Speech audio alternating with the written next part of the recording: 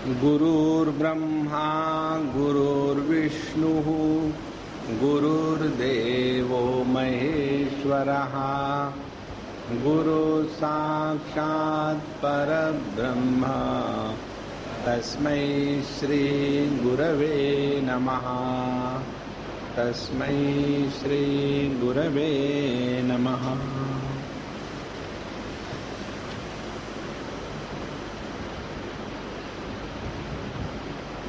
उद्धव जी के मन में हम लोगों के जैसा ही प्रश्न आया जब उनको बताया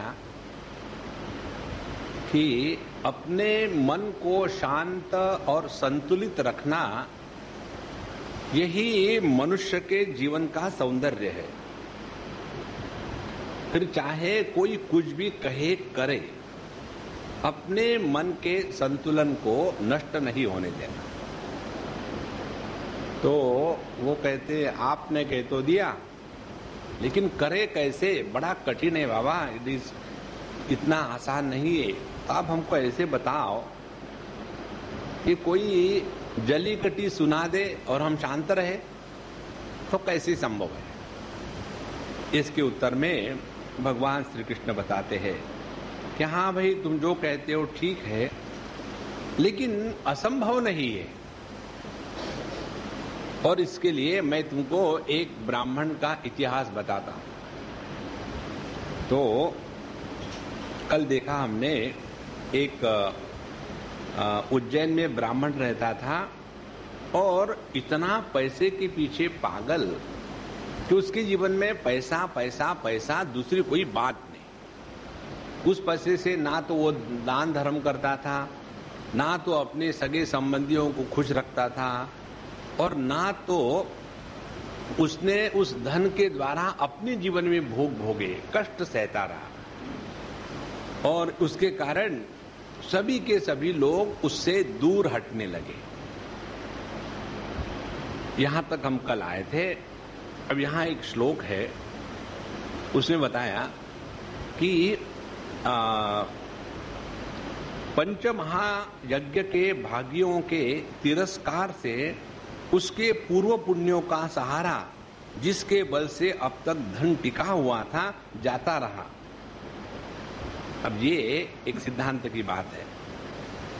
इस जगत में जो हम रहते हैं, इसको देखने वाले और इसका मूल्यांकन करने वाले केवल हम ही नहीं होते।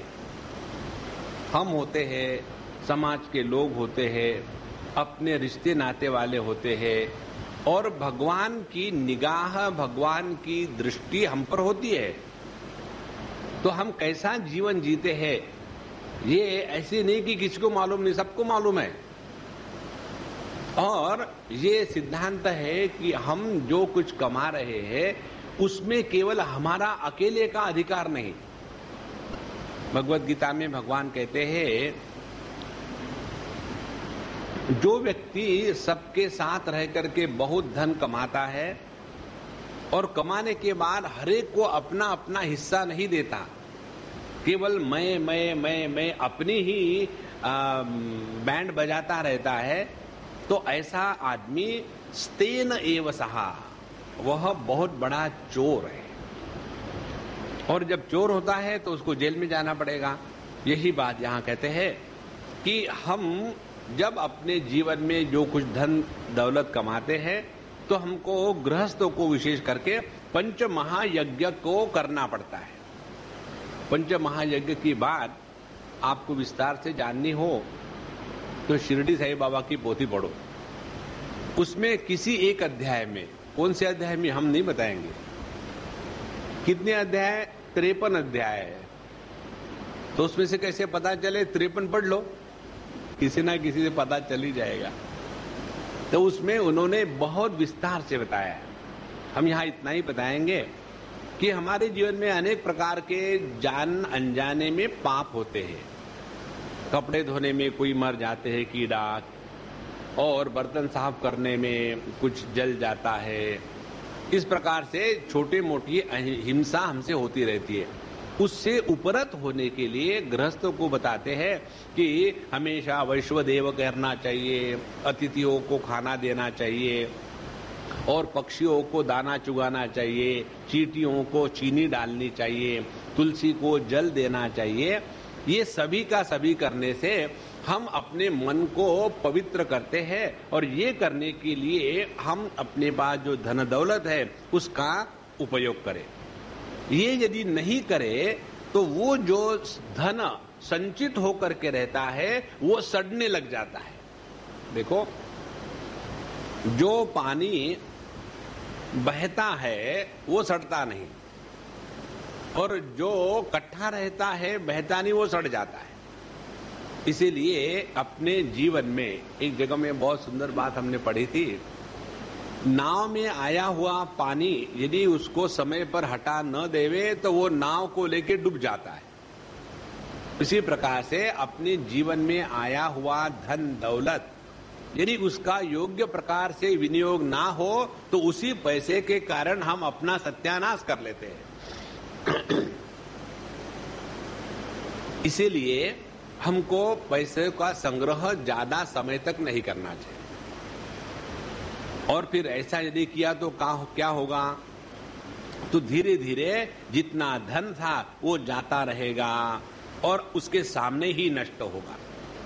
इसलिए जब उसका सब धन चलता गया, कुटुंबियों ने छीन लिया, चोर चुरा के ले गए, आग लग गई, उसके बाद समय के फेर से सब कुछ मारा गया और जो थोड़ा बहुत बचा था गवर्नमेंट ले गई, इतने टैक्सेस तुमने दिए नहीं। इस प्रकार से वो जब दरिद्री हो गया तो सभी ने उससे मुंह मोड़ लिया। पहले जब धन दौलत थी तब उससे द्वेष करते थे, घृणा करते थे, और जब उसके पास से धन दौलत चली गई तो उसके से सभी ने मुंह मोड़ लिया और उसके बाद उसके हृदय में वैराग्य का निर्माण हुआ और जगत के प्रति, अर्थ के प्रति महान दुख बुद्धि निर्माण हुई। देखो, जिस व्यक्ति के अंतःकरण में किसी भी वस्तु के प्रति जब महात्म्य बुद्धि और सुख बुद्धि होती है तभी हम उस वस्तु के प्रति आकर्षित होते हैं और उसको संग्रहित करने का प्रयत्न करते हैं। तो मूल कारण क्या है? मूल कारण है धन दौलत या इस जगत की जो वस्तुएं हैं उसके प्रति महात्म्य बुद्धि और सुख बुद्धि, और ये हमने ही कल्पित की, वास्तविक नहीं है। तो यदि हमने ही कल्पना करके जगत के वस्तुओं के प्रति, धन दौलत के प्रति महात्म्य और सुख बुद्धि निर्माण की है तो उसको हमको ही त्यागना पड़ेगा। हम नहीं त्यागेंगे, नहीं त्यागेंगे, ठीक है। फिर ऐसे झटके पड़ते हैं लाइफ में और उन झटकों के बाद एक ऐसा जबरदस्त झटका पड़ता है कि सबसे मुंह अपने आप आदमी फेर लेता है। यही है जीवन का सौंदर्य। तो उनके जीवन में दुख बुद्धि जगत के प्रति और वैराग्य निर्माण हो गया और फिर उसने मन ही मन में विचार करना शुरू कर दिया। देखो, दो प्रकार के विचार होते हैं। एक तो विचार होता है जगत को सत्य और महान समझ करके जगत के प्रति अपने आप को बर्बाद करने का विचार। ये करेंगे, ऐसा करेंगे, वो करेंगे, ये पैसा लगाएंगे, वहां से पैसा कमाएंगे, इसको चीटेंगे, उसको वो करेंगे, खूब पैसा कमाओ, एक विचार। दूसरा विचार, यदि हमारे मन में जगत के प्रति वैराग्य निर्माण हो गया तो विचार कैसे आएंगे, ये यहां बताते हैं।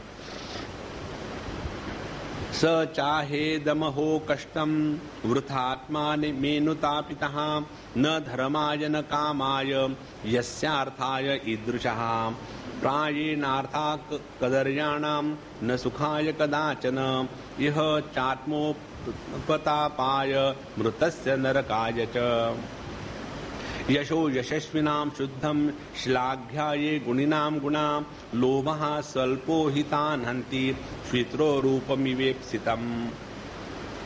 वो विचार करने, देखो कितनी गलत बात है, दुख की बात है मैंने अपने पूरे जीवन को केवल पैसा इकट्ठा करने में ही बताया है और कुछ नहीं किया।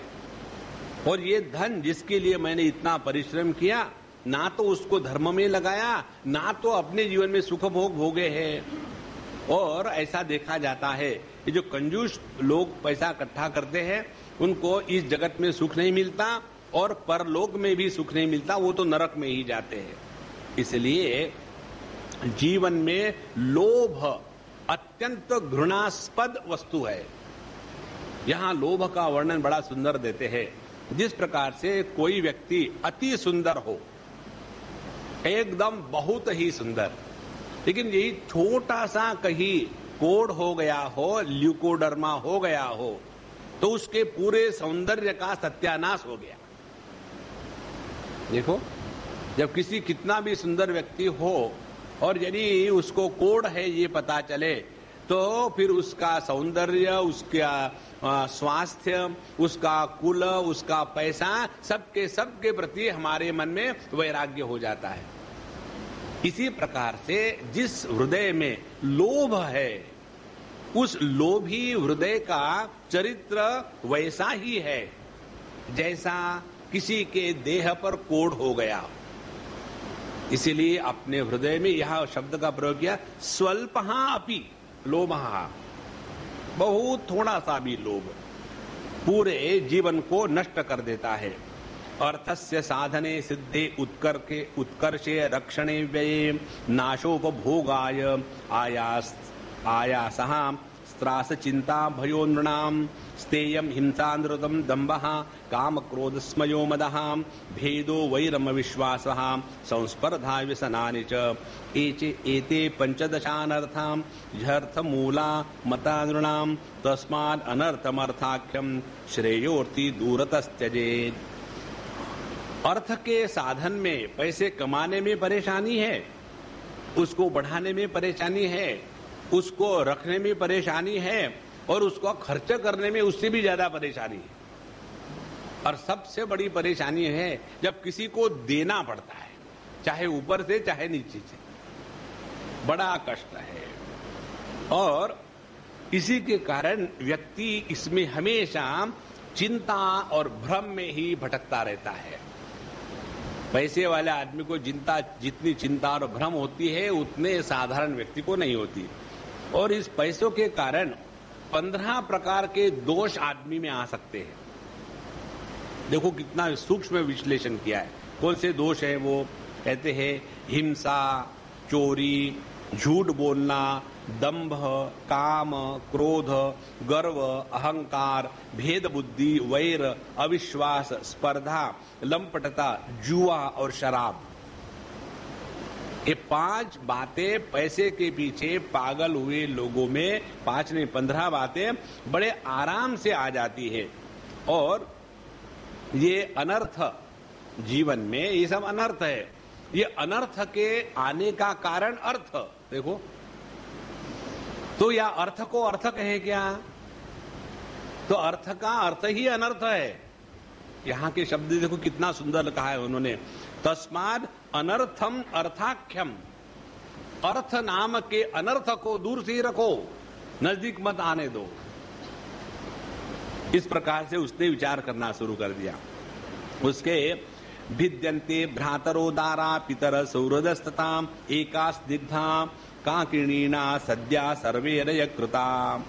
और एक बार इस पैसे के चक्कर में आदमी फंस गया तो भाई बंधु, स्त्री, पुत्र, माता पिता, सगे संबंधी जो पहले स्नेह बंधन से एक थे, एक एक कौड़ी के लिए झगड़ा शुरू हो जाता है, एक एक पैसे के लिए।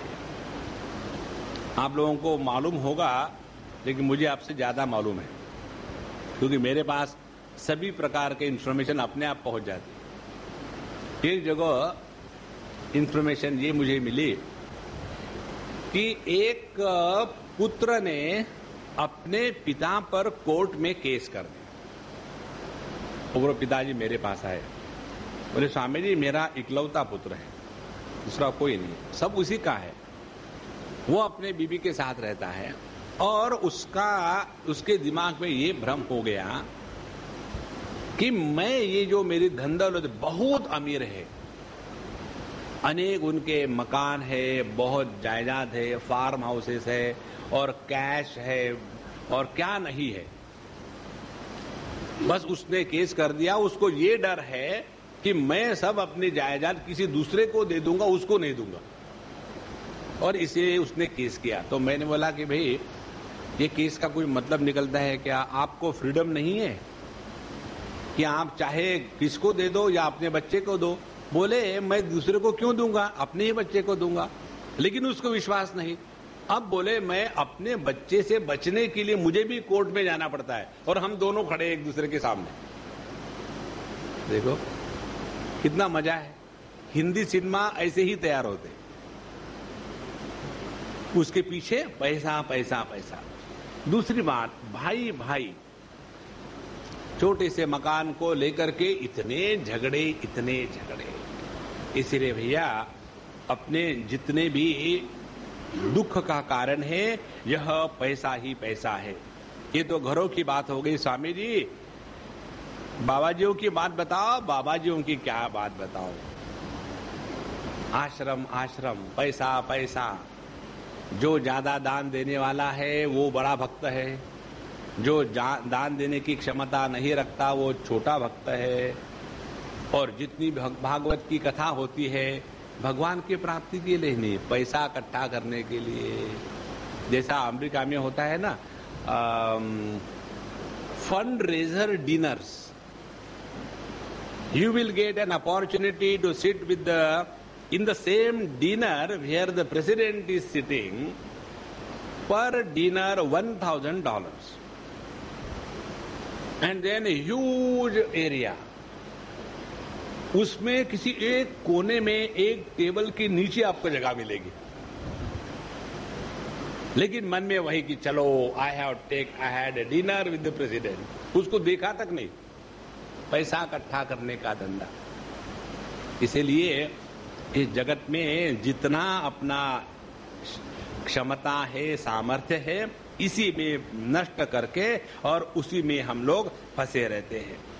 इस प्रकार से विचार करते करते उसने कहा कि देखो देवताओं के भी प्रार्थनीय मनुष्य जन्म को और उसमें भी श्रेष्ठ ब्राह्मण शरीर प्राप्त करके जो उसका अनादर करते हैं और अपने सच्चे स्वार्थ परमार्थ का नाश करते हैं वो अशुभ गति को निश्चित प्राप्त होगे। यह मनुष्य देह ही स्वर्ग का द्वार है। और इसीलिए मैं आज तक इस अनर्थ के चक्कर में खामोखाम फंसा रहा और ना तो मैंने कभी दूसरों को धन देकर के संतुष्ट किया और ना तो मैंने कभी अपना भला किया। इस प्रकार से यक्षों के जैसे मैं केवल वहां उसका चौकीदारी करता रहा और उसके कारण अब अधोगति को प्राप्त हो गया हूं। मैं अपने कर्तव्य से च्युत हो गया और प्रमाद में मैंने अपनी आयु, धन और पौरुष सब कुछ खो दिए।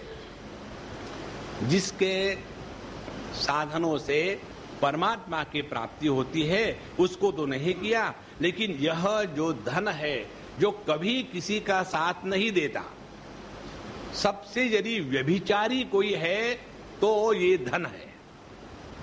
देखो आप लोगों को मालूम हो भगवान नारायण के साथ जब लक्ष्मी जी कहीं घूमने जाती है तो उनकी कार होती है गरुड़। गरुड़ कार में घूमने गए, दोनों मियां बीबी बैठे और गरुड़ कार घूमने गए। और जब लक्ष्मी अकेली जाती है तो उनको गरुड़ ले जाने का परमिशन नहीं है, वो बैठ के जाती है उल्लू पर।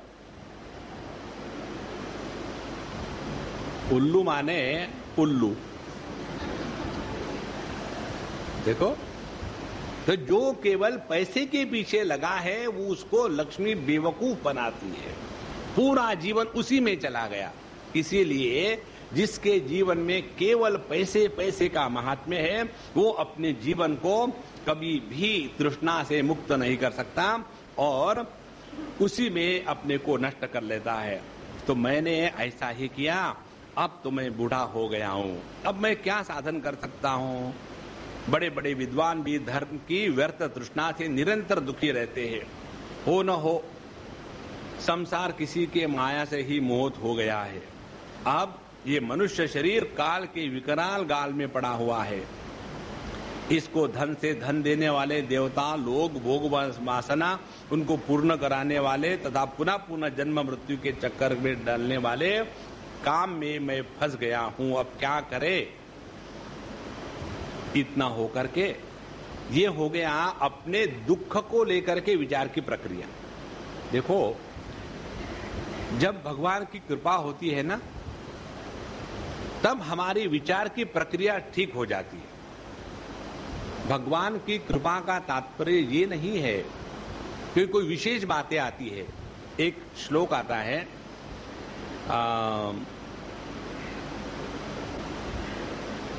न हस्ते यष्टिम आदाय देवा रक्षन्ति साधकम। हाथ में डंडा लेकर के भगवान किसी की रक्षा नहीं करते। न हस्ते यष्टिम आदाय देवा रक्षन्ति साधकम यंतु रक्षितुम इच्छन्ति सुबुद्ध्या योजयन्ति तम। जिसकी वो रक्षा करना चाहते हैं उसको वो सुबुद्धि देते हैं। सुबुद्धि क्या है? अपने जीवन में आने वाले विषाद के कारण हम डिप्रेस हो गए तो अपना सत्यानाश कर लिया। अपने जीवन में आने वाले विषाद दुख के कारण यदि हम परमात्मा के तरफ मुड़ गए तो वही विषाद योग हो गया। देखो, यही भगवान की कृपा है। कितने लोग जब अपने जीवन में कुछ अनर्थ आता है, पैसे का चक्कर आता है, सब धन दौलत चली गई और एकदम बिल्कुल बड़े बड़े कारों में घूमते थे और करोड़पति थे, अब बेकार हो गए और रोडपति हो गए और उसको सह नहीं सके तो कई लोग आत्महत्या कर लेते हैं, डिप्रेशन में चले जाते हैं, दिन भर घर में बैठते रहेंगे और पोटैटो खाते रहेंगे और उनको अपने डिप्रेशन का भी बड़ा आदर होता है। I don't know, Swamiji, I am in depression. What should I do? I'll join with you. I am free.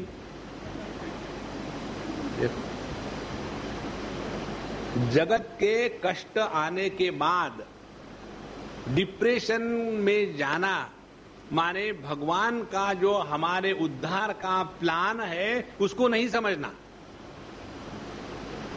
देखो, भगवान की जो कृपा होती है ना, उसका अर्थ भिन्न लोग भिन्न प्रकार से निकालते हैं। जो बीमार है उसके लिए भगवान की कृपा क्या है? अच्छा डॉक्टर मिले। देखो, और कोई कृपा नहीं भगवान की।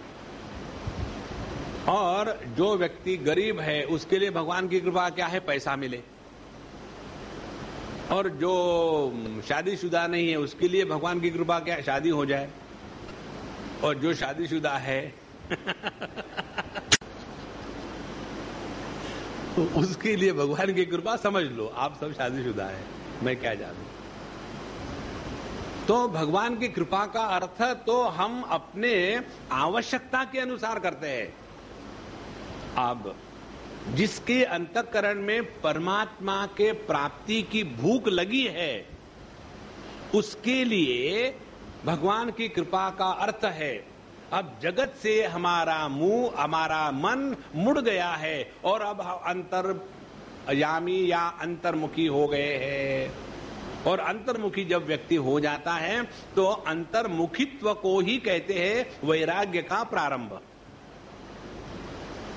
और यदि हम समझदारी से अंतर्मुखी नहीं होते, क्योंकि भगवान का मोबाइल बज रहा था और जब भी वो हमको डायल करते, the orange that you have dialed has become a banana. देखो, therefore it is not available. You may try later. तो जो भगवान हमको अंतर यामी बन करके नित्य निरंतर बताते हैं, देख भैया, इस जगत में मनुष्य के रूप में आने का तात्पर्य आहार निद्रा भय मैथुनम केवल इतना मात्र नहीं है, इससे भी बढ़कर है। उधर ध्यान नहीं जाता। ध्यान से सुनना, इस जगत में एक भी व्यक्ति ऐसा नहीं है कि जिसको ये मालूम नहीं होता कि अपने अंतःकरण में बैठा हुआ परमात्मा हमको योग्य दिशा में ले जा रहा है, लेकिन हम उसकी सुनते कहां है? बिजी है ऑल द टाइम। यही है ना जो भगवान के शंख चक्र गदा पद्म, इसका यही अर्थ है। पहले भगवान का शंख जो है वो मोबाइल है, वो बजाते, लेकिन नहीं काम करता, तो हम लोग चुप बैठे। लेकिन भगवान चुप नहीं बैठेंगे, उनका दूसरा है मोबाइल, गदा। साउथ इंडियन भगवान होंगे तो गदा, तो गदा, और उस गदा का प्रहार करेंगे हमारे जीवन में। और जब दुख आता है तब हम कहेंगे भगवान क्यों कष्ट दिए, मेरे तरफ क्यों नहीं देखा। देखो, बहुत आवश्यक बात है। तो जहां जहां हमारे जीवन में कष्ट का प्रसंग आया, तब समझ लेना भगवान की विशेष कृपा हो रही है। हमने एक बार आपको उदाहरण दिया था, जब हम कपड़े अपने वॉशिंग मशीन में डालते हैं तो किस लिए डालते हैं? कपड़ों को डाल दिया वॉशिंग मशीन में और ऊपर से देख रहे, गर्म पानी पिला ले रहा है, इसको मजा आ रहा है, मजा आ रहा है। उसमें स्ट्रॉन्ग डिटर्जेंट डालो, जो उस पर डिटर्जेंट, मजा आ रहा है ना, आई एम एंजॉइंग, सफर। उसके बाद खूब घुमाओ उसको और वो कपड़ा घूम रहा हूं, हमको और मजा आ रहा है। नहीं, हम कपड़ों को मशीन में इसलिए डालते हैं ताकि उसका फिर से प्रयोग हो सके, गंदा हो गया था। इसी प्रकार से हमारा जो मन है, हमारा जो अंतःकरण है, इस जगत के वस्तु व्यक्तियों में काम, क्रोध, लोभ, मोह, मद, मात्सर्य, ये 6 प्रकार के गंदगी से इतना गंदा हो गया है, तो उसको शुद्ध पवित्र करने के लिए भगवान ये अनेक प्रकार की जो डिटर्जेंट पाउडर है और अनेक प्रकार के जो मशीनें हैं उसमें डाल करके हमको साफ कर रहे हैं। जीवन में कुछ अच्छा हुआ तो भगवान की कृपा है, ये अज्ञानी का लक्षण है। जीवन में जो भी कुछ हो रहा है, अच्छा या बुरा, उसमें भगवान की ही कृपा है, ये समझदारी का लक्षण है। देखो महाराज, जहां हमारे विचारों की धारा इस प्रकार से होती रहेगी, तब समझ लेना भगवान की असीम कृपा है। और यही इस ब्राह्मण के जीवन में हुआ।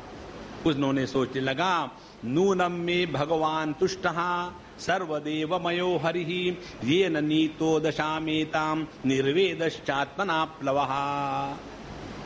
भगवान की मुझ पर देखो कितनी असीम कृपा है, वो मुझ पर प्रसन्न है, क्योंकि उन्होंने मुझे इस दशा में पहुंचाया। कौन सी दशा? वह दशा जिसके कारण जगत के वस्तु व्यक्तियों के प्रति वैराग्य हो गया। वैराग्य जहां आ गया वहां विवेक अपने आप जागृत हो जाता है। वैराग्य के अभाव में विवेक नहीं होता, वहां बायसनेस आ जाता है। देखो, इसीलिए भगवान की बड़ी कृपा है। और जगत के प्रति यह जो दुख बुद्धि और वैराग्य दिया है, वस्तुतः वैराग्य ही संसार सागर से पार होने के लिए नौका के समान है। अब मैं उस अवस्था में पहुंच गया हूं। अब मेरी आयु जो शेष है वो केवल आत्मलाभ में ही संतुष्ट रहकर अपने परमार्थ के संबंध में सावधान हो जाऊंगा, और जो भी समय बचा है उसमें अपने शरीर को तपस्या के द्वारा सुखा डालूंगा। इसको कहते हैं उच्च कोटि के साधक का जन्म। जो लोग बहुत ही एवरेज लाइफ जीते हैं ना, कौन सी एवरेज लाइफ? जीवन में 100% security is the most third class life. अपने जीवन में हिम्मत करके इस मार्ग पर चल पड़ना है। जितनी ज्यादा सिक्योरिटी होगी उतने हम ज्यादा आलसी होंगे। देखेंगे आप, जहां जहां ये डिप्रेशन के रोग होते हैं ना, आपने कभी देखा है क्या? एक धूप में कोई वर्कर काम कर रहा है, हाथ में कुदली फावड़ा लेकर के, और ऐसा बैठा है, क्या हो गया? डिप्रेस हो गया हो। उनको डिप्रेशन नहीं होता। Depression is a luxury for the filthy rich people. It is not possible for average person. तो जितनी ज्यादा सिक्योरिटी होगी उतना हम अपने जगत में फंसे रहेंगे। इसीलिए यहां बताते हैं अब उनके मन में सबके प्रति वैराग्य हो गया। जगत की कोई वस्तु व्यक्ति हमको नहीं बचा सकती। यदि कोई बचा सकता है तो केवल परमात्मा। एक बात आप स्पष्ट समझ लो, हमको एक बार याद है, बहुत पुरानी,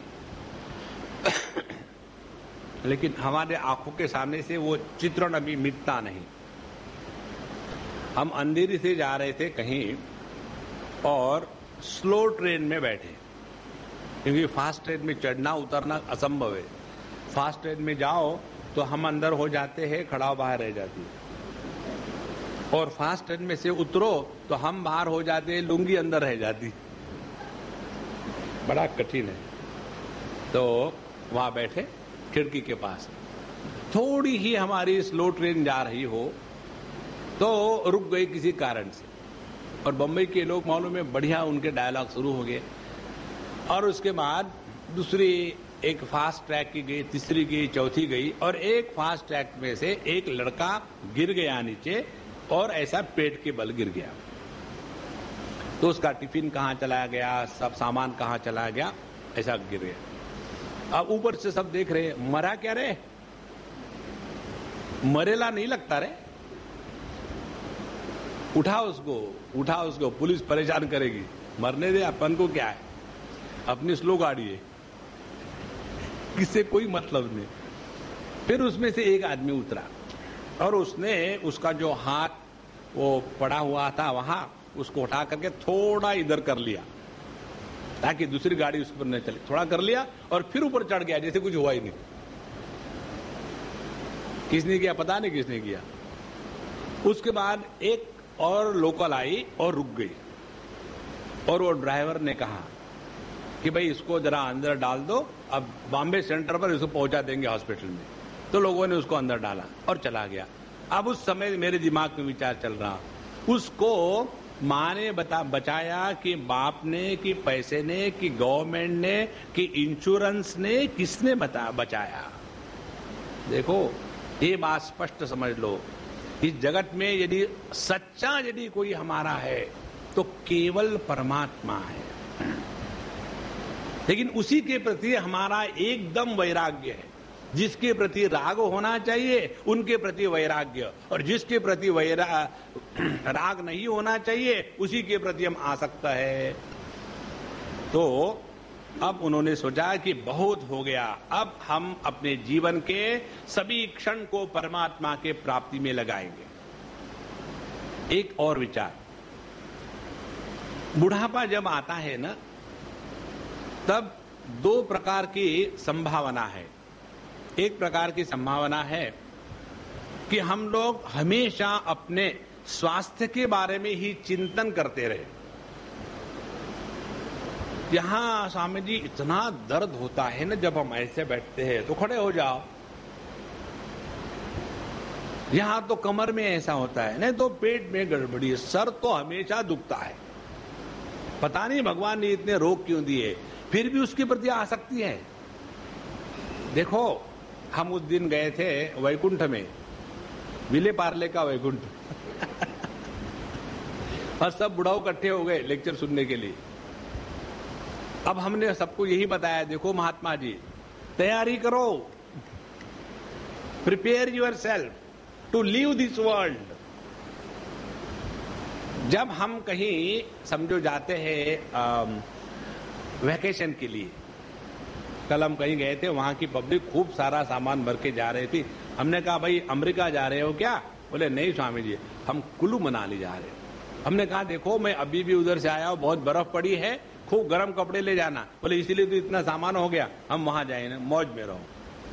सभी के सभी इतने एक्साइटेड थे, माँ बाप बच्चे, कुल्लू मनाली कुल्लू मनाली कुल्लू मनाली ना। इसी प्रकार से अब अपन को दूसरे जन्म में जाना है, तैयार हो जाओ। मुझे मरने से डर लगता है, भागो, पब्लिक तंग आ गई तुमसे।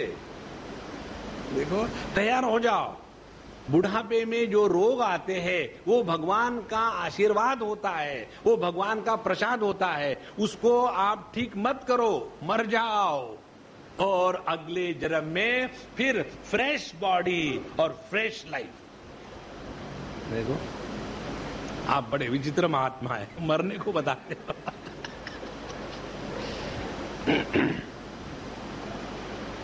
एक अभी रिसेंटली एक अम्मा आई, उनके पति को कैंसर वगैरह है, अब काफी स्प्रेड हो चुका है, लास्ट स्टेज। और उनको कहते हैं हाँ जी आपको सब कुछ आता है, कुछ करो। मैंने क्या करूं बताओ, चाय बनाओ? बोले नहीं आप कुछ करो, आप रोक सकते हो। नहीं रोक सकते, करेंगे क्या? समझो वो अभी 90 साल के हैं, 1 साल और 2 साल और नेक्स्ट। क्यों परेशान? तैयार करो अपने आप को। जहां हमारे जीवन में इस विचार का उदय होगा कि अब हम तैयारी कर रहे हैं, तो जा करके एक सूटकेस खरीद के ले आओ। सूटकेस में भागवत महापुराण रखो। 108 की नहीं, हजारा 2 प्रकार की मालाएं मिलती है। एक 108 मणियों की होती है, एक 1000 मणियों की होती है। जो 1000 मणियों की माला लोग जो है गले में थैला रखते हैं, उसमें रखते हैं और लेकर के अपना कृष्णा कृष्णा कृष्णा कृष्णा कृष्णा कृष्णा कृष्णा कृष्णा चलते रहते हैं। तैयार हो जाओ। जितना जीवन में समय बचा है उसमें परमात्मा को छोड़ करके और कुछ नहीं प्राप्त करना। ध्यान से सुनना, भागवत महापुराण हमको मरने का ट्रेनिंग दे रहा है। अपन तो ऐसे है ना, मरना भी नहीं आता, जीने की तो बात छोड़ो, बस हमको तैयार होना है। और ये जितना मन में स्पष्ट भाव आएगा, बहुत हो गया इस दुनिया में। इस दुनिया में इतने चने हैं, खाते रहो, दांत गिर जाएंगे लेकिन चने खत्म नहीं होंगे। कब तक कि इसमें फंसे रहेंगे? देखो कितने आके चले गए, अपने माँ बाप, उनके माँ बाप। सस्यमेव मर्त्यः पच्यते सस्यमेवा जायते पुनः। केनोपनिषद कहती है कि जैसे घास के जैसे उगते हैं और नष्ट हो जाते हैं, उसी प्रकार से आज तक कितने बार पैदा हुए, कितने बार मरे, लेकिन उसमें से अभी भी उपराम नहीं आता। इस प्रकार से उन्होंने विचार शुरू कर दिया कि अब अपने जीवन को तपस्यामय बनाना है।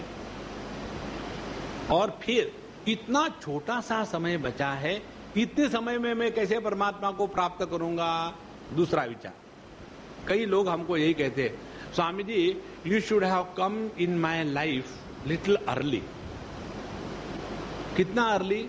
मेरे कल ही किसी ने कहा, स्वामी जी आप हमारे जीवन में 40 साल पहले आ जाते, 50 साल पहले आ जाते तो हमने कहा फिर आपको हमारे ड्रेपर बदलने पड़ते। बोले Swami ji you are terrible. देखो ये चक्कर छोड़ो, we are never late, at the right time the things happen. No but I am very old, you are too early for the next life, start. खत्म थोड़ी हो गया सिनेमा, अगला सिनेमा और होगा, फर्स्ट शो खत्म, सेकंड शो शुरू। इसीलिए ये अपने मन में कभी ना लावे कि हम बहुत लेट हो गए हैं, अब हमको जीवन में कैसे कुछ होगा। सब कुछ होगा, इसी क्षण से शुरू कर दो। और साधना क्या करनी है ये आगे जाकर के देखेंगे उन्हीं के शब्दों में। अच्छा, अब फिर उन्होंने अपने को निराशा से बचाने के लिए कहा, तत्र माम अनुमोदेरन देवा श्री भुवनेश्वर मुहूर्तेन ब्रह्मलोकम खट्वांगः समसाधयत। और मैं उस भगवान की प्रार्थना करके उन्हीं में लगा रहूंगा और भगवान से प्रार्थना है कि मेरा अनुमोदन करे। और निराशा की कोई बात नहीं है। देखो खट्वांग राजा ने 2 क्षण में परमात्मा की प्राप्ति कर ली,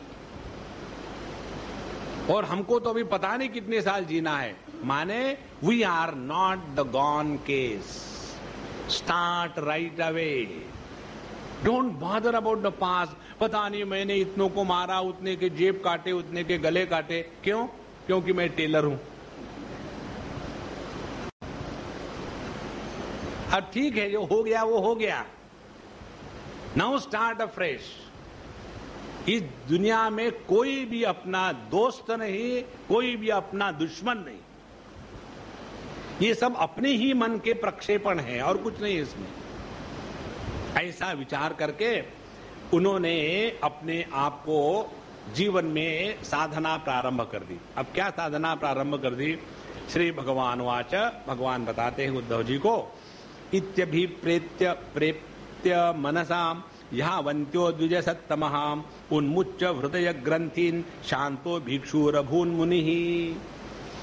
इस प्रकार उस उज्जैन निवासी ब्राह्मण ने मन ही मन निश्चय कर लिया और मैं और मेरे की गांठ खोल दी। देखो, जो पूरी बंधन की हृदय ग्रंथि है वो यही है, मैं और मोर, यही सब बंधन है। मैं के बारे में संदेह, और मैं के बारे में जब संदेह है तो मेरे बारे में भी संदेह होगा, और जब तक कि हम मैं और मेरा इसका बोझा अपने सर पर लेके ढोते हैं, जीवन में शांति नहीं मिलेगी। तो इस प्रकार के विचार से उसके हृदय की ग्रंथि खुल गई, और खुल जाने के बाद क्या हो गया? ध्यान से सुनना, हृदय की ग्रंथि खुल जाने का लक्षण है मनुष्य शांत हो जाता है। जगत के कोई भी विषय, वस्तु, व्यक्ति, अनुभूति उसको विक्षेपित नहीं कर सकते। अच्छा, जब व्यक्ति मन से शांत हो गया तो वाणी से भी शांत हो जाता है। देखो, जिसके मन में किस किस किस किस किस किस किस किस चल रहा है, वो व्यक्ति कोई बोलने को नहीं मिला तो अपने आप से बोलता हूं, और हम सब लोग वही करते हैं। देखो, हम अपने आप से कितना बोलते हैं। यदि कोई एक मशीन लगा लो कि हम जो अपने आप से बोलते हैं वो रिकॉर्ड हो रहा है और उसको रिकॉर्ड करने के बाद फिर जब टाइम पास करना है उसको सुनो, ये लेकिन ये कैसे कर सकते हैं? करते नहीं क्या आप लोग? बचपन के फोटोग्राफ का एल्बम, फिर जवानी की फोटोग्राफ का एल्बम, फिर शादी की फोटोग्राफ का एल्बम, फिर बच्चों के पैदा होने की एल्बम, और फिर डाइवोर्स का album. I can't believe I was looking so cute. देखो महाराज, निकल जाओ, non-stop, all the time thinking about the past, past, past. इस चक्कर में फंसो मत, फंसो मत, फंसो मत। तो उनके मन में एकदम वैराग्य, हृदय ग्रंथि खुल गई, मन शांत हो गया, वो मौनी हो गए और सन्यासी बाबा बन गए।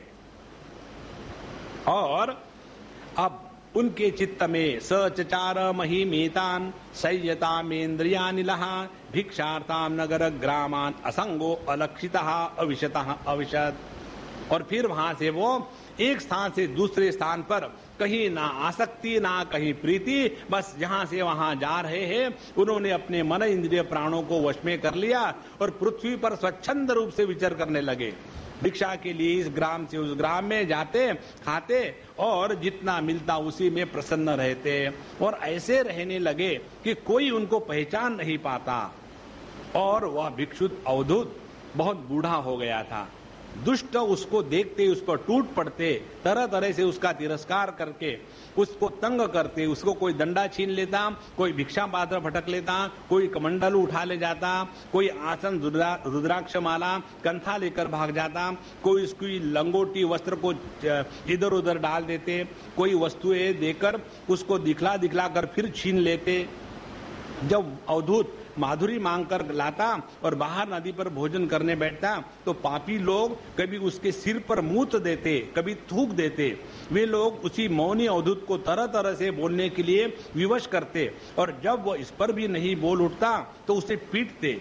कोई उसे चोर कहकर डांटने डपटने लगता, कोई उसे बांध लो कह के रस्सी से बांधने लगते, कोई उसका तिरस्कार करके, कोई उसको ताना देके देखो देखो अब यह कृपण ने धर्म का ढोंग रचा है, धन संपत्ति जाती रही, स्त्री पुत्रों ने घर से निकाल दिया, तब इसने भीख मांगने का रोजगार लगा लिया है। देखो तो सही, यह मोटा तगड़ा भिखारी धैर्य में भारी पर्वत के समान है।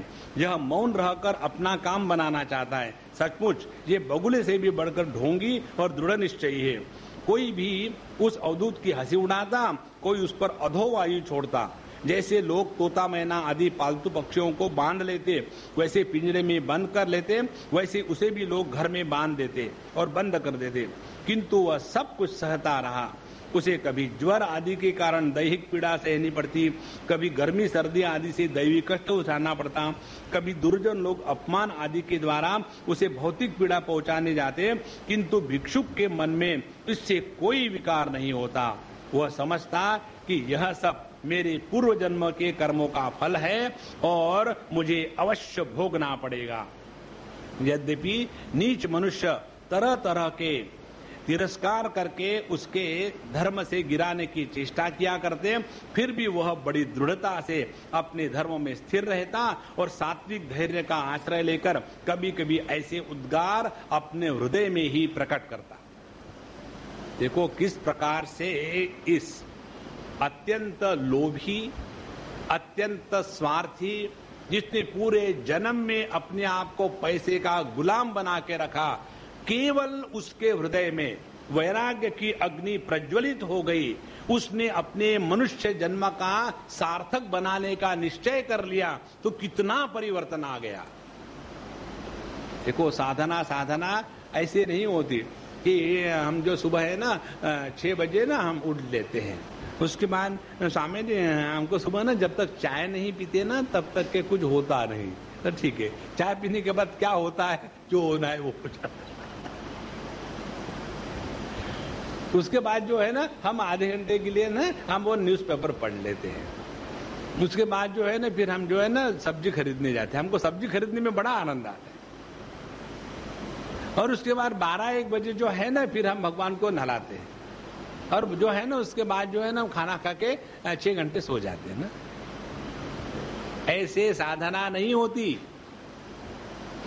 इसीलिए अब उन्होंने निश्चय, दृढ़ निश्चय कर लिया, अब जगत की कोई भी वस्तु, व्यक्ति, अनुभूति उनके मन के शांति को नहीं बिगाड़ती। तो स्वामी जी हम भी ऐसा करें क्या? हाँ, क्या करें? जहां हो, जिस स्थिति में हो, अपने मन को बिगड़ने मत दो। अवधूत बनने की जरूरत नहीं। अवधूत यह कोई बाहर का ड्रेस नहीं होता। जहां भगवान ने रखा है, जो कुछ सह लो, सह लो।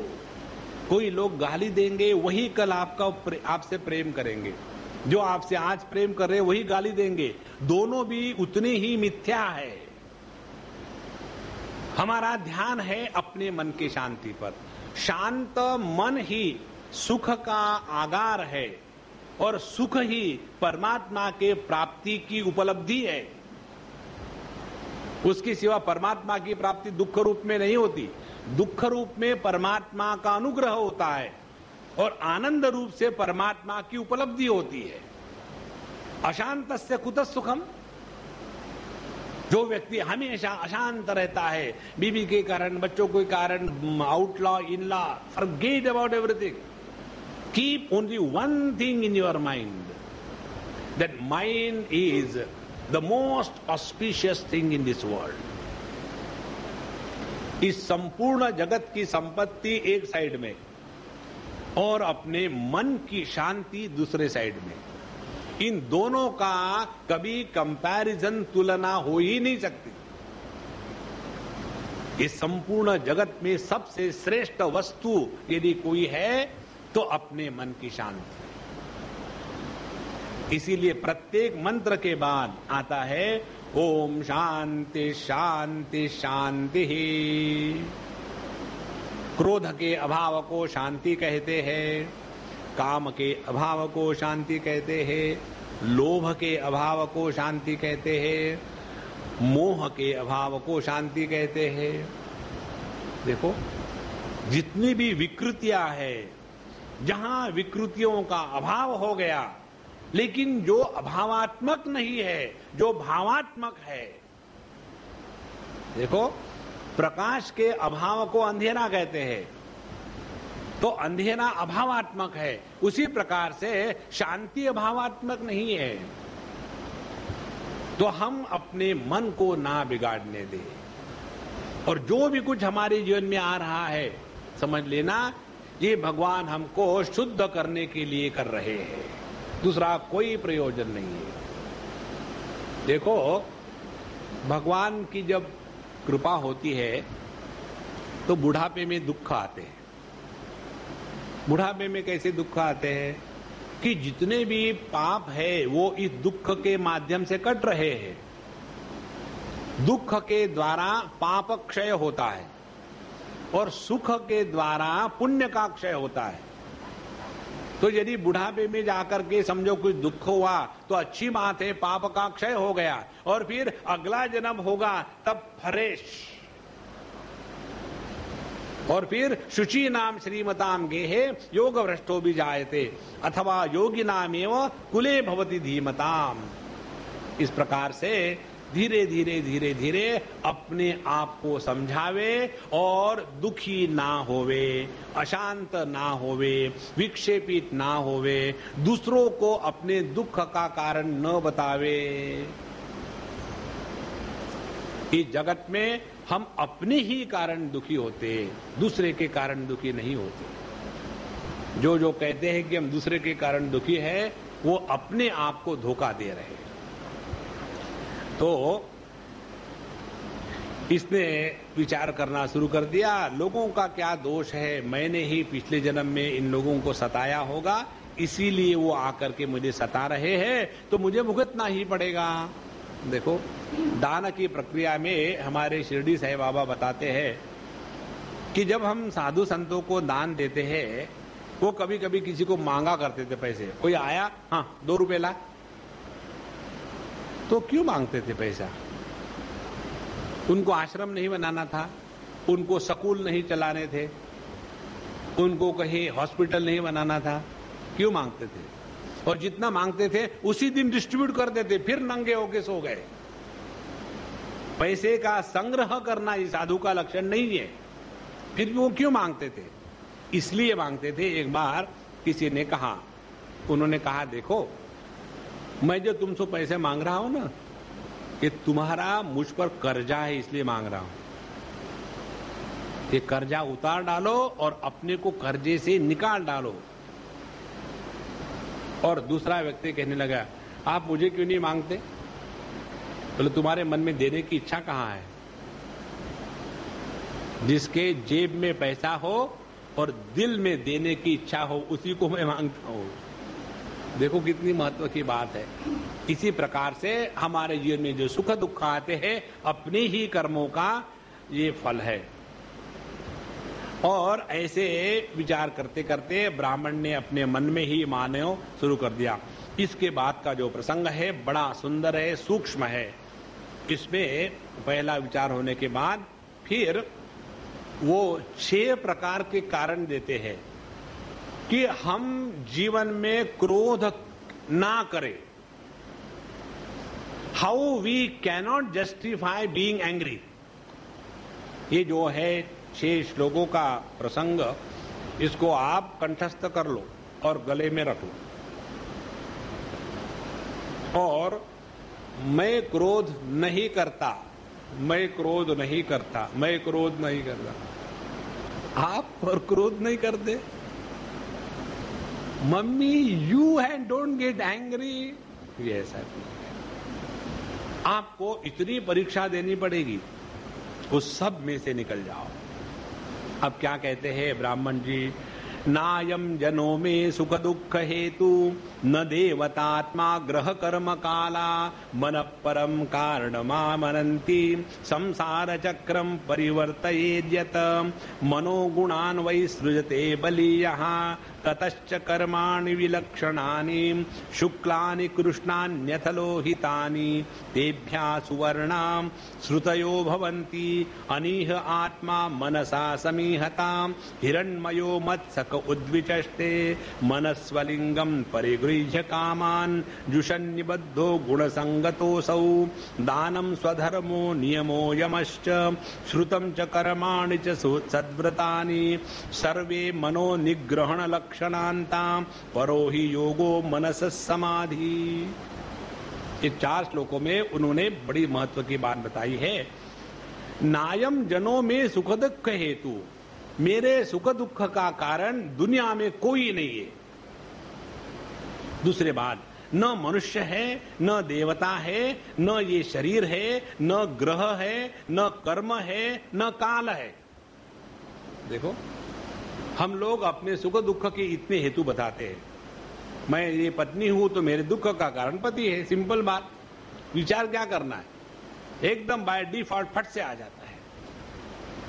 और यदि पति पत्नी ठीक है तो पता नहीं भगवान के कोई, मुझे लगता है कोई प्रकोप हो गया है, देवता, नहीं तो शरीर है, पता नहीं मेरे ही शरीर में ऐसे रोग क्यों है, और न ग्रह है, उस ग्रह के चक्कर में फिरते रहते हैं। लेकिन अपना ये जो दुराग्रह है कि मैं देह हूं, इस दुराग्रह को त्यागने को तैयार नहीं। देखो, ये ग्रह का प्रभाव देह पर होता है, अपने पर नहीं होता।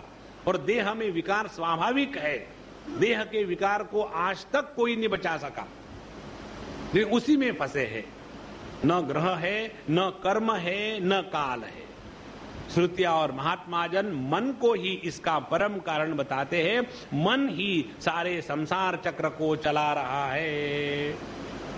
ध्यान से सुनना, सुख दुख का ग्रहण मन के माध्यम से होता है। सुख दुख का ग्रहण होने के बाद सुखी दुखी होना ये मन का तमाशा है। भले सुख आ जाए, सुखी होने की कोई आवश्यकता नहीं, भले दुख आ जाए, दुखी होने की कोई आवश्यकता नहीं। इस जगत में जो भी व्यक्ति दुखी है वो अपने चॉइस से दुखी है। भगवान किसी को सुखी दुखी नहीं बनाते। ध्यान से सुनना, जगत में सुख दुख भले प्रकृति के विकार हो, लेकिन सुखी दुखी ये ना तो प्रकृति में है ना तो परमात्मा में है। यह सुखी दुखी जो भाव है ये अपना स्वयं का मन के द्वारा निर्मित है। और सुखी दुखी नहीं, सबके साथ लगा लो। थोड़ा पैसा हो गया तो मैं अमीर हूं, थोड़ा कम हो गया तो मैं गरीब हूं। ये सब का सब जो है मन का खेल है। संसार चक्रम परिवर्तयेद्यत, और इसी के कारण अपना संसार चक्र चलता रहता है। पहले हमारे यहाँ इतनी कारें खड़ी थी, पहले मैंने कभी हाथ से गिलास भी नहीं उठाया, पता नहीं अब क्या हो गया, सब चला गया। अब क्या कर रहे, रो रहे, रोते रहो, बाकी लोग तबला बजाएंगे। हमारा इस जगत के चंचल लक्ष्मी पर तो भरोसा है, इस नश्वर देह पर भरोसा है, जो धोखा देने वाले सगे संबंधी है उन पर भरोसा है, LIC पर भरोसा है। लेकिन जो कन्हैया लाल कहते हैं अनन्या चिंतयन्तो माम ये जना पर्युपासते तेषाम नित्याभियुक्तानाम योगक्षेमम वहाम्यम, उस पर हमारा भरोसा नहीं है। देखो महाराज, कितने सुंदर विचार है। तो हमारा मन ही इस संसार चक्र को चला रहा। सचमुच ये मन बड़ा बलवान है। इसी ने विषयों, उनके कारण गुणों और उनके संबंध रखने वाले वृत्तियों की सृष्टि की है। हमारा ही मन प्रक्षेपित करता है कि कोई सुंदर है, कोई सुंदर नहीं है, कोई अच्छा है, कोई अच्छा नहीं है, कोई योग्य है, कोई अयोग्य है, कोई इंपॉर्टेंट है, कोई अनइम्पॉर्टेंट है। ये सभी का सभी अपने मन का प्रक्षेपण है। देखो, हम अपने घर से कोई वस्तु निकाल देते, बेकार है, फेंक दो, उसी वस्तु को दूसरा आदमी देता है, ये बड़ी अच्छी है, ये बड़ी महत्व की है। तो ये सब मन का खेल है। आप लोगों ने कभी किया कि नहीं मुझे मालूम नहीं, दिवाली के पहले साफ सफाई करते घर की, क्योंकि जिंदगी भर नहीं करते। यदि अपने हिंदुस्तान से दिवाली निकल जाए तो लोगों के घर साफ नहीं होंगे। मुझे लगता है दिवाली इसीलिए बनाई, तो दिवाली के पहले साफ सफाई करनी है। और इतना सारा सामान पतिदेव निकाल दे, हटाओ इसको घर पे से। हटाने के पहले गलती कर बैठते, देखो भाई तुम्हारा कोई इंपॉर्टेंट सामान तो नहीं जा रहा। पत्नी आती है 50% घर के अंदर।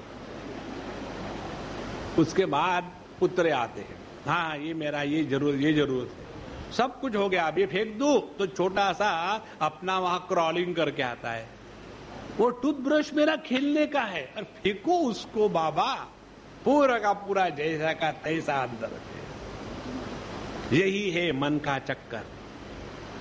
इसीलिए इस मन के खेल को समझो। तो यही जगत में अनेक प्रकार की सात्विक, राजसिक, तामसिक प्रकार की सृष्टि करता है, और वैसे कर्म होते हैं, और कर्मों के अनुसार जीव की विविध गतियां होती है। मन ही समस्त चेष्टाएं करता है, उसके साथ रहने पर आत्मा भी निष्क्रिय ही है। वह ज्ञान शक्ति प्रधान है, मुझ जीव का सनातन सखा है, और अपने अलुप्त ज्ञान से सब कुछ देखता है। देखो ध्यान से सुनना, हमारे हृदय में परमात्मा है, हम जीवात्मा है, और ये दोनों के लिए मन उपलब्ध है। मन के विक्षेपों के द्वारा, प्रक्षेपों के द्वारा, प्रोजेक्शन के द्वारा जीव प्रभावित होता है, लेकिन परमात्मा प्रभावित नहीं होता। देखो, माने जहां हमारे मन में सिनेमा दिखाना शुरू कर दिया, देखो सिनेमा, लेकिन उसके प्रभाव में मत आओ। यही है इस जगत में। आप किसी पर भी विश्वास रखो, अपने मन पर विश्वास मत रखो। वही हमको नचाता है, वही हमारा सत्यानाश करता है। तो इसी कर्मों के साथ फिर आसक्त होने से यही मन विषयों को भोगता है, भोक्ता बनता है और कर्ता बनता है। इसीलिए कहते हैं दान, स्वधर्म, नियम, यम, श्रवण, कर्म, सद्व्रत, जितनी भी साधना है, सभी साधना का लक्ष्य क्या है? तो कहते सर्वे मनोनिग्रह लक्षणांता। यदि हमने बहुत सारा कुछ किया, कुरुते गंगा सागर गमनम, व्रत परिपालनम अथवा दानम, खूब किया, लेकिन मन में शांति नहीं है, तो सब बकवास। जा करके बहुत सारे सत्संगों को सुन के रख दिया, और वही 24 घंटे इसके साथ गुस्सा, उसके साथ गुस्सा, इसमें डर, उसमें डर, इसमें क्रोध, उसमें क्रोध। तो जितना श्रवण किया है सत्यानाश हो गया है। उसके बाद हम बड़े धर्म का पालन करते हैं, सुबह उठ करके संध्या वंदन करेंगे, दुनिया भर के अपने देह पर चिन्ह धारण करेंगे, हाथ में माला पकड़ेंगे, और पब्लिक आगे तो फट से निकाल करके तलवार के जैसे, शिवाजी महाराज के जैसे हाथ में माला लेकर के राम राम राम राम राम पब्लिक को दिखाएंगे। कुछ मतलब नहीं। अपने मन को नियंत्रण में लाया क्या? ध्यान से सुनना, मन को नियंत्रण में लाना माने क्या? हमने अपनी कार गैराज में रख दी, गैराज को ताला लग दिया और कह लिया देखो हमने अपनी कार नियंत्रण में रखी है। कार को रास्ते पर चलाना है, अनेक प्रकार के रास्तों में से गुजरना है, लेकिन फिर भी अपने आप को और पब्लिक को बचाना है, उसको कहते हैं कार का नियंत्रण। इसी प्रकार से हमको इस मन के द्वारा जगत में रहना है, सबके साथ संबंध प्रस्थापित करना है, फिर भी ये मन जगत के द्वारा प्रभावित ना होवे, इस प्रक्रिया को कहते हैं मन का निग्रह। जितनी साधना है ये इसी के लिए है। तो नियम लगा लिए, धर्म का पालन किया, यम अनेक प्रकार की साधना करी, श्रुतम च अनेक प्रकार के सत्संग सुने, कर्माणि अनेक प्रकार के सत्कर्म किए, और सद्व्रतानि और अनेक प्रकार के व्रत किए, संतोषी माता का व्रत, और उसके बाद द्वादशी का व्रत, और उसके बाद आपकी शिवरात्रि का व्रत, गुरु पुष्यामृत योग आया। अब बैठ करके हम वहां पूरी पोथी पढ़ेंगे साईं बाबा की, क्योंकि उसमें लिखा है गुरु पुष्यामृत योग पर पोथी पढ़ने से पुण्य मिलता है। और इतनी बड़ी क्यों लिख दी है, 53 अध्याय खत्म भी नहीं होते, बड़ा डिफिकल्ट भी लिखा है ना।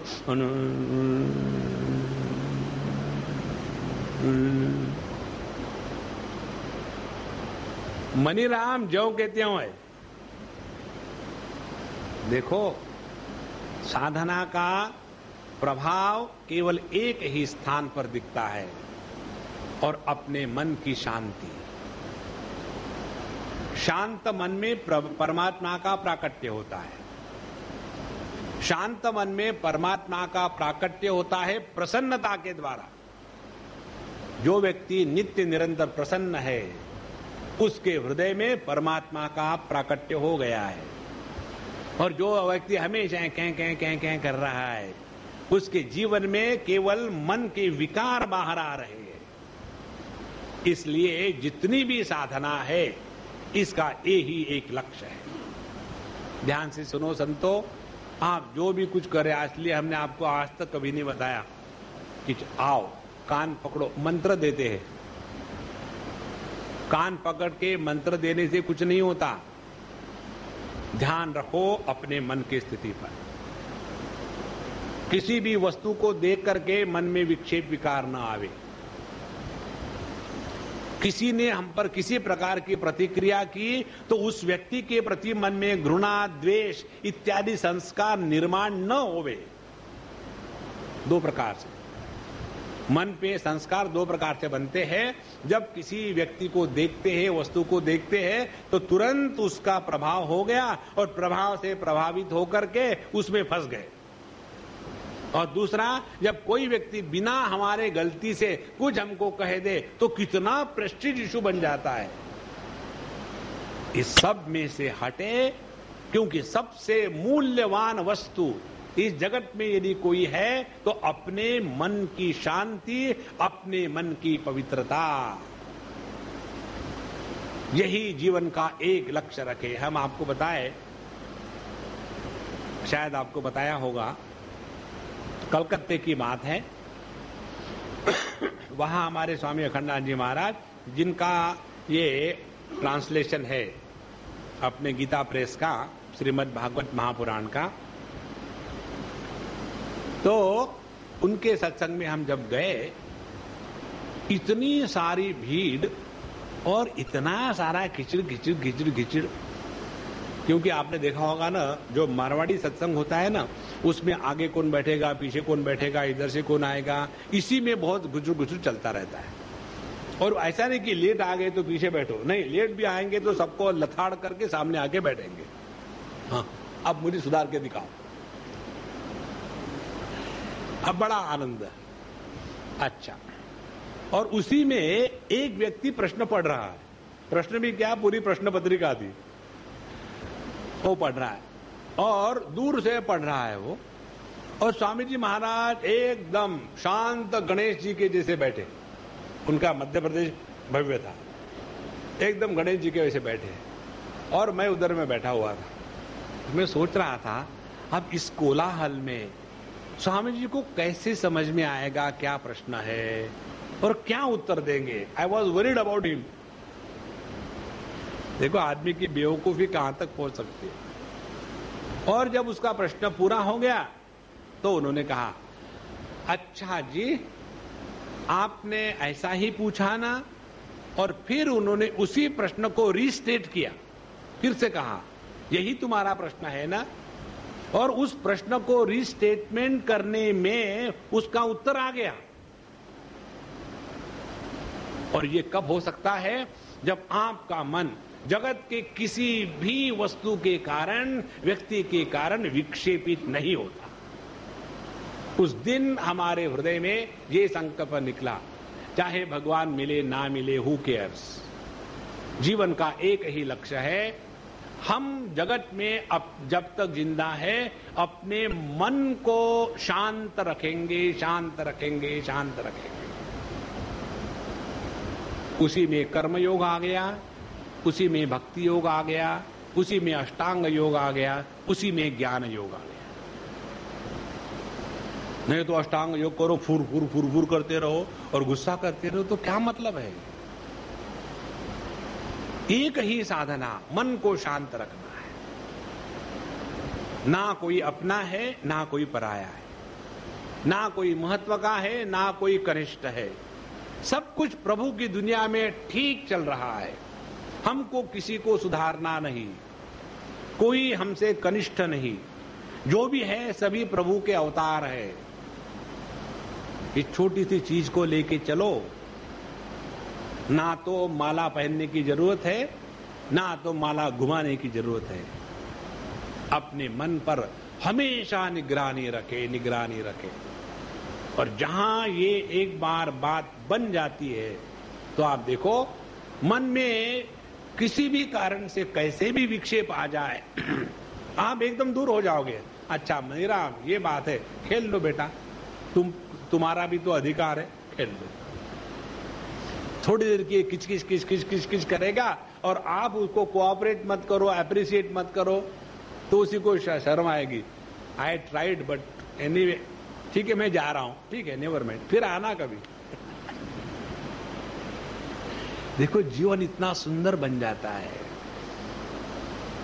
देखो यदि कोई हमारे दोष निकालता है, यदि कोई हमारे हृदय को चोट लगाने के लिए वाग्बाण चलाता है, तो समझ लेना वो हमारा असली हितैषी है।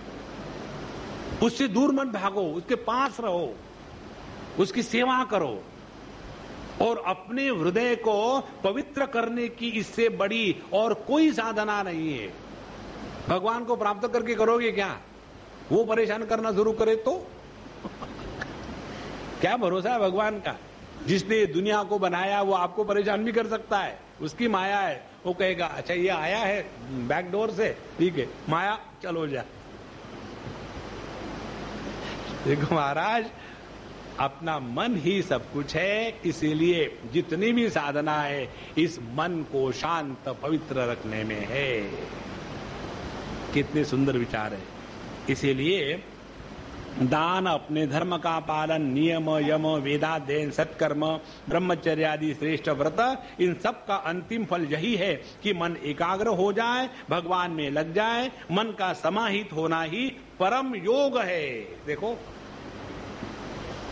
इस परम योग का भाव भगवद गीता के 6वें अध्याय में जो योगाभ्यास का अध्याय है उसमें भगवान ने कैसे दिया है।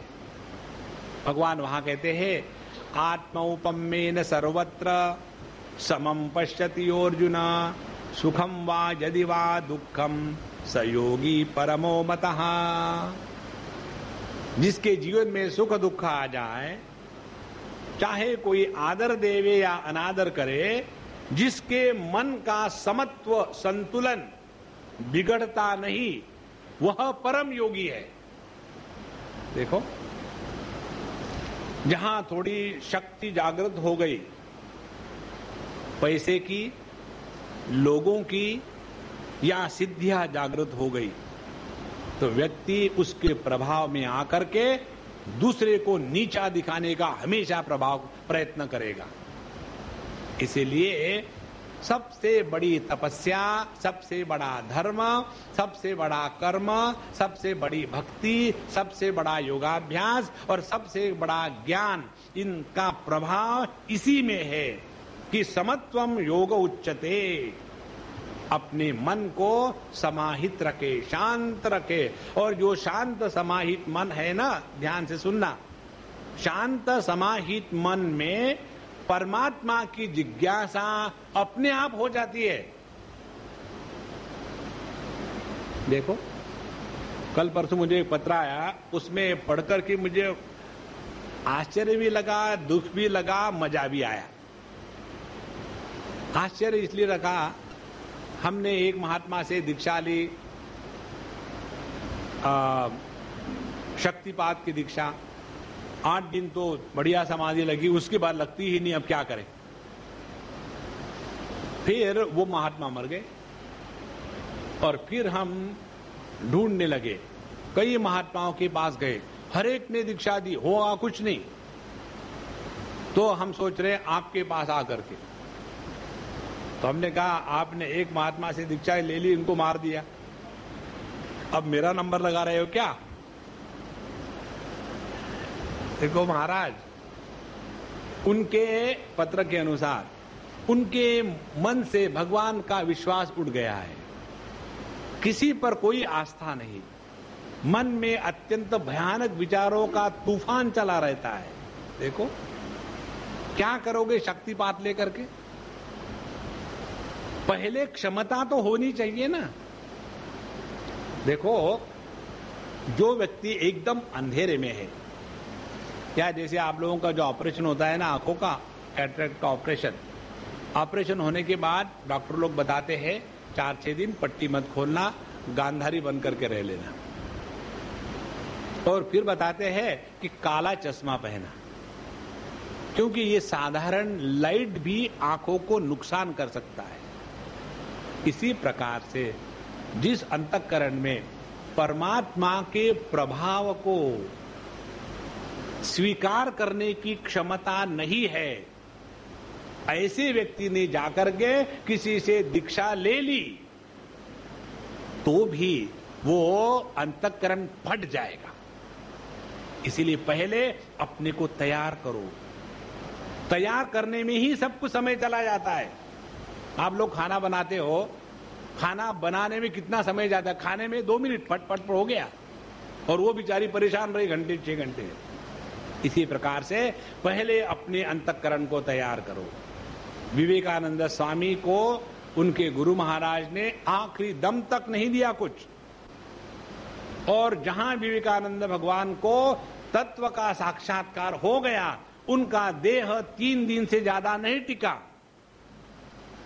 भगवान के प्रभाव को, भगवान के उस अनंत शक्ति को ग्रहण करने की क्षमता जब इस देह में नहीं होती, तब भगवान के अनुग्रह रूप भगवान अपने आप को प्रकट नहीं करते। ये तो ऐसा ही है, एक छोटा सा बच्चा है, वो जिद कर रहा है, नहीं मुझे इतनी बड़ी सुटकेस तो मैं उठा के जाना चाहता हूं, वो उठा रहा मैं उठाऊंगा। तो अपने माँ बाप क्या सोचेंगे? अब ये बेवकूफ को समझ में नहीं आता, लेकिन वो जिद कर रहा है। फिर उसको बताएंगे ठीक है उठा, उसके सर के ऊपर में एक डनलॉप पिलो दे देंगे, हाँ उठा, हाँ उठाया, उसको खुशी हो गई। इसी प्रकार से अपने अंतःकरण को, अपने मन को तैयार करें। वो यदि हमने तैयार नहीं किया तो भगवान का साक्षात्कार होने के बाद लोग पागल हो जाते हैं। देखो कई लोगों को बड़ी विचित्र विचित्र अनुभूतियां आती है। मुझे एक लड़की मिली, एकदम फनी काइंड, अच्छी है हृदय से सभी अच्छे होते हैं, लेकिन उसको हमेशा हालुसिनेशन लगे रहते हैं। मुझे ऐसा सपना पड़ा कि कोई मुझे कहीं ले गया, फिर उधर से एक बड़ा नाग आया, और फिर ऐसा हुआ, और मुझे हमेशा कोई ना कोई चित्र दिखते रहते हैं। ये क्या है? ये वही है कि मन में अभी शक्ति नहीं है, वो वीक है, और उसके ऊपर में ये एकदम प्रभाव पड़ा तो ये सब विकृतियां दिखने लग जाती है। जैसे देखो, जब हमारी पलकें आंखों पर गिरती है तो इन पलकों का जो प्रेशर आंखों पर आता है, उससे हमारे दृष्टि में कोई विकृति नहीं होती। यदि हम अपने हाथ से, उंगली से इस आंख पर प्रेशर डालें तो आपको दिन में तारे नजर आने लग जाते हैं ना। तो कहां से आए वो तारे नजर? क्योंकि आंखों में कितना प्रेशर सहने की क्षमता है, उतना ही प्रेशर डालो तो नॉर्मल रहोगे। इसी प्रकार से परमात्मा की शक्ति को ग्रहण करने के लिए पहले अपने मन को तैयार करें, और मन को तैयार करना माने यही है, सर्वे मनोनिग्रह लक्षणांता परो ही योगो मनस समाधि। तो सभी जितनी साधना है वो इसी के लिए है कि मन को निग्रहित करे, और यही परम योग है, और यही मन की समाधि है।